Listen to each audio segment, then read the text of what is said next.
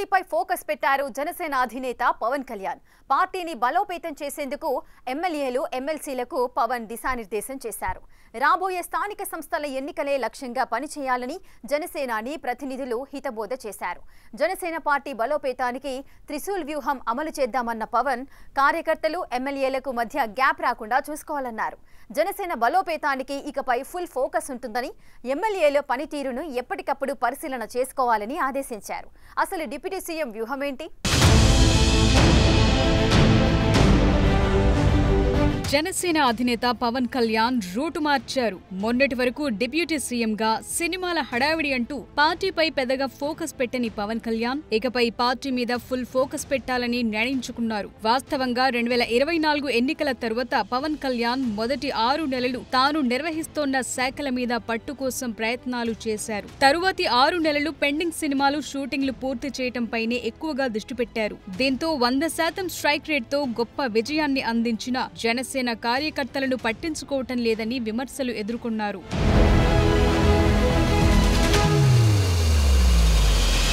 వీటికి చెక్ పెట్టేందుకు జనసేన బలోపేతం కోసం పవన్ స్ట్రాటజీని రెడీ చేసినట్లు ఆ పార్టీ నేతల నుంచి సంకేతాలొస్తున్నాయి. త్వరలో జరగబోయే స్థానిక సంస్థల ఎన్నికలకు పార్టీని సన్నద్ధం చేసేందుకు యాక్షన్ ప్లాన్ రెడీ చేశారట. స్థానిక ఎన్నికల్లో కొత్త నాయకత్వాన్ని, యువతరాన్ని ప్రోత్సహించడం, జన సైనికులు, వీర మహిళలకు భరోసా కల్పించే దిశగా పవన్ వ్యూహాలు రచిస్తున్నారట. స్థానిక సంస్థల ఎన్నికలకు సమాయత్తం కావాలని నేతలకు దిశానిర్దేశం చేశారట పవన్. కూటమి పార్టీలతో ఐక్యతను కొనసాగిస్తూనే జనసేనను బలోపేతం చేసేలా క్షేత్రస్థాయిలో ఏ విధంగా వర్క్ చేయాలన్నది నేతలకు జనసేనాని హితబోధ చేశారట.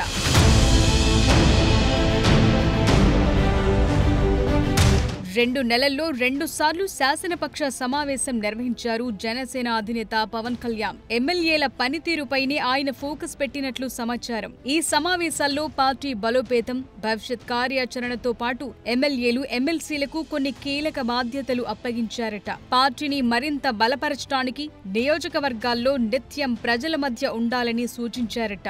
గతేడాది జరిగిన సార్వత్రిక ఎన్నికల్లో జనసేన బలంగా ఉన్న నియోజకవర్గాల్లో కూడా పొత్తుల కారణంగా కొన్ని సీట్లు వదులుకోవాల్సొచ్చింది. కొన్ని నియోజకవర్గాల్లో పోటీకి దూరంగా ఉండాల్సి వచ్చింది. దీంతో పోటీ చేయని నియోజకవర్గాల్లో పార్టీ కార్యకర్తలు ఆవేదన చెందుతున్నారని గ్రహించిన పవన్ ఆ పరిస్థితిని చక్కదిద్దేందుకు నడుం బిగించారట. పార్టీకి చెందిన ఎమ్మెల్యేలు, ఎంపీలు తమ సొంత నియోజకవర్గంతో పాటు తలో 5 నియోజకవర్గాల బాధ్యతలు తీసుకోవాలని సూచనలు చేశారట.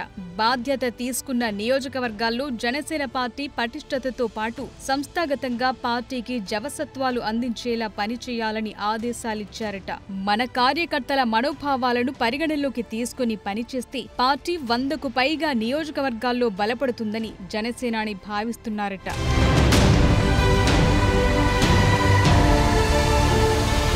ఓవైపు పార్టీ నేతలకు బాధ్యతలు అప్పగించడంతో పాటు పార్టీ నిర్మాణం, బలోపేతంపై కూడా జనసేనాని స్వయంగా దృష్టి పెట్టారట. వచ్చే సార్వత్రిక ఎన్నికలను దృష్టిలో పెట్టుకుని కార్యాచరణను సిద్ధం చేస్తున్నారట.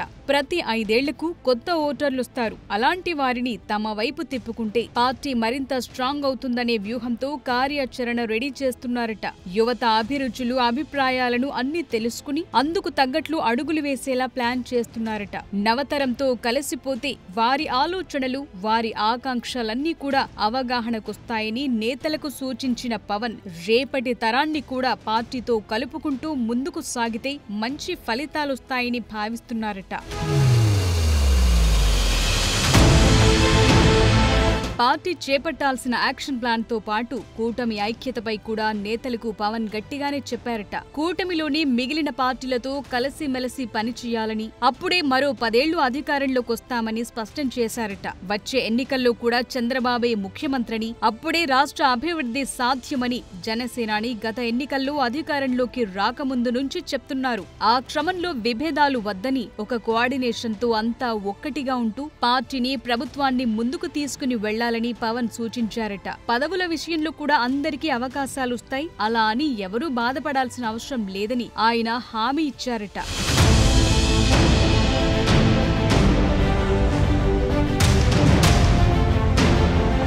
కూటమి పార్టీల పరంగా మీ నియోజకవర్గాల్లో 3 పార్టీల సమన్వయ సమావేశాలు ప్రతి నెల నిర్వహించాలని, ఆ సమావేశాల్లో కూటమి నిర్దేశించుకున్న లక్ష్యాన్ని చేరుకునేలా ముందుకు వెళ్లాలని దిశానిర్దేశం చేశారట. కూటమిని బలపరుస్తూనే మన పార్టీ బలోపేతానికి ప్రణాళికాబద్ధంగా అడుగులు వెయ్యాలని, ఇందుకోసం మన పార్టీ తరపున త్రిశూల్ వ్యూహాన్ని అమలు చేద్దామని చెప్పారట. కూటమి బలోపేతంపై అందరూ ఐక్యతతో ఉండాలని, ఏ ఒక్కరూ మిత్రపక్షాలపై విమర్శలు రాకుండా జాగ్రత్తగా వ్యవహరించాలని అన్నారట. రాష్ట్ర అభివృద్ధికి కూటమి ఐక్యత కీలకమని, మాటలు కాకుండా పనుల ద్వారా ప్రజలకు చూపించాలని స్పష్టం చేశారట. మొత్తానికి కూటమితో ఎక్కడా చెడకుండా జనసేన నాయకులు మసులుకోవటంతో పాటు పార్టీని విస్తరిస్తూ పోవాలని పవన్ దిశానిర్దేశం చేసినట్లు చెప్తున్నారు. 100 అసెంబ్లీ నియోజకవర్గాలు టార్గెట్ గా పనిచేయాలనే వ్యూహంలో పవన్ ఉన్నట్లు పార్టీ నేతల టాక్. చూడాలి మరి జనసేన విస్తరణ కార్యక్రమాలు ఏ విధంగా దూకుడుగా ముందుకు సాగుతాయో.